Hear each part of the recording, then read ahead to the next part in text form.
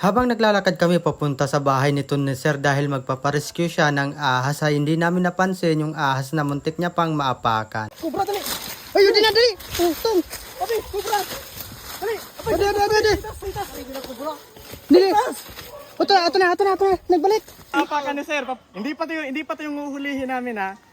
Papunta Dahil pa lang. sobrang init ng panahon ngayon ay nagsisilabasan talaga sa lungga ang mga ahas para maghanap ng mas mapreskong lugar na kanilang paglulunggaan, kaya madalas silang napupunta sa mga kabahayan. Kaya nitong mga dumaan na araw ay halos araw-gabi ang mga nagpaparescue sa amin. Kaya ngayong araw ay may nagkontak naman sa aming team para magpa-search and rescue ng isang ahas na kanilang nakita noong gabing matutulog pa lang sila. At nagdulot ito sa kanila ng takot kaya hindi na sila dito natulog noong gabi. Kaya pagdating namin dito sa lugar ay sinimulan kaagad namin ang paghahanap sa posibleng pagtaguan ng ahas. Ang problema lang dito ay hindi na nakita kung saan papunta yung ahas o saan nagtago dahil pagkakita dito ay umalis kaagad sila. Kaya ito na lang ang pwede namin gawin, bungkalin yung mga flooring na may agwat yung ilalim dahil posible itong pagtaguan ng ahas. At sa tagal naming paghahanap dito sa loob ng kanilang bahay at nabungkal na namin lahat ng flooring na may agwat sa ilalim ay hindi na namin nakita yung ahas. Posibleng nakaalis na ito kagabi pa lang at posibleng naghahanap lang yung ahas ng kanyang makakain kaya napadpad dito sa loob ng kanilang bahay.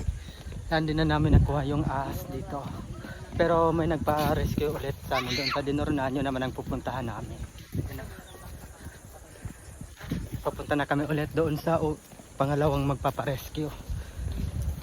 Pagdating naman namin dito sa pangalawang magpapa-search and rescue ay kailangan pa pala namin maglakad ng 3 to 5 minutes para makarating sa kanilang bahay. Habang naglalakad naman kami papunta sa bahay nito ni Sir ay kunikwento niya na yung ahas na kanyang nakita at may natrap pa pala sa kanilang fishnet na isang cobra 2 araw na ang nakalipas.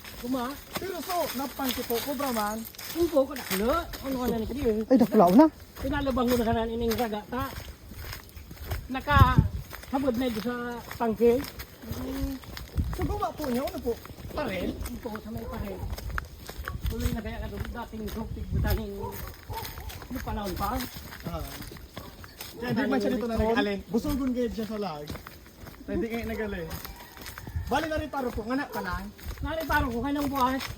Mga alas 9. Dito naman habang naglalakad kami ay hindi namin napansin na may nadaanan na pala kami ditong ahas at muntik pa itong maapakan ni Sir. Buti na lang hindi nagulat yung ahas at hindi nanuklaw. Paluwas ko ni, hindi naman nagalawa. Uy! Kubra, dali! Sadin!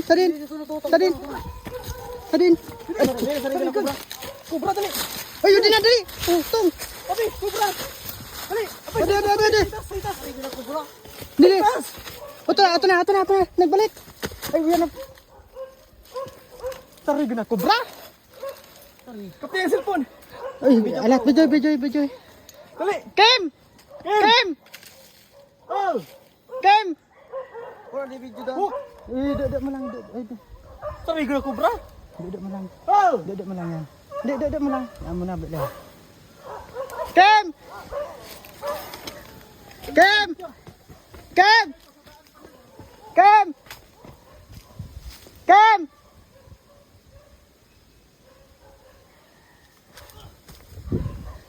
Dakulaon. Bato makan nyo? Hindi na mo nariparo.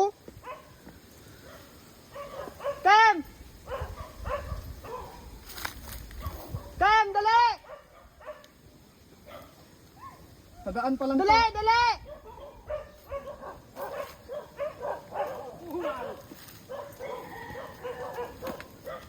Dali! Hok! Odi! Pungal na, hindi na mo nariparo, nagana mo. Ay, tulos? Sa dalan pa Sa sana? igon? Bato makan ko?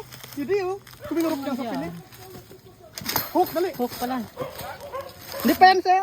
Hindi pa yan. Nagyan lang. Hindi pa yan, panon pa lang kami sa agian. Ibig sabihin, bakwan yan. Iyo, sir. Oops. Mara, hindi na mo natungtungan. Ay, mata makan ni sir. Ulay na ko bukod. Wanon. May speed doon. Dakulaon. Nakatabutangan. Isi speed to, ano? Adi, dalag na kinta na. Suminurok dyan, ha? Nagbalik. Marita, Nagbalik. tarantaman siya. Bakulawan, tadaan pa lang yan, guys. Ano pa lang? Mata makan mo. Ayun na, oh. Timing lang ga, dito na. Bata hindi si sir nakabuta. Jokes. Bata hindi si sir nakabuta. Pato maka ni sir. Labaon.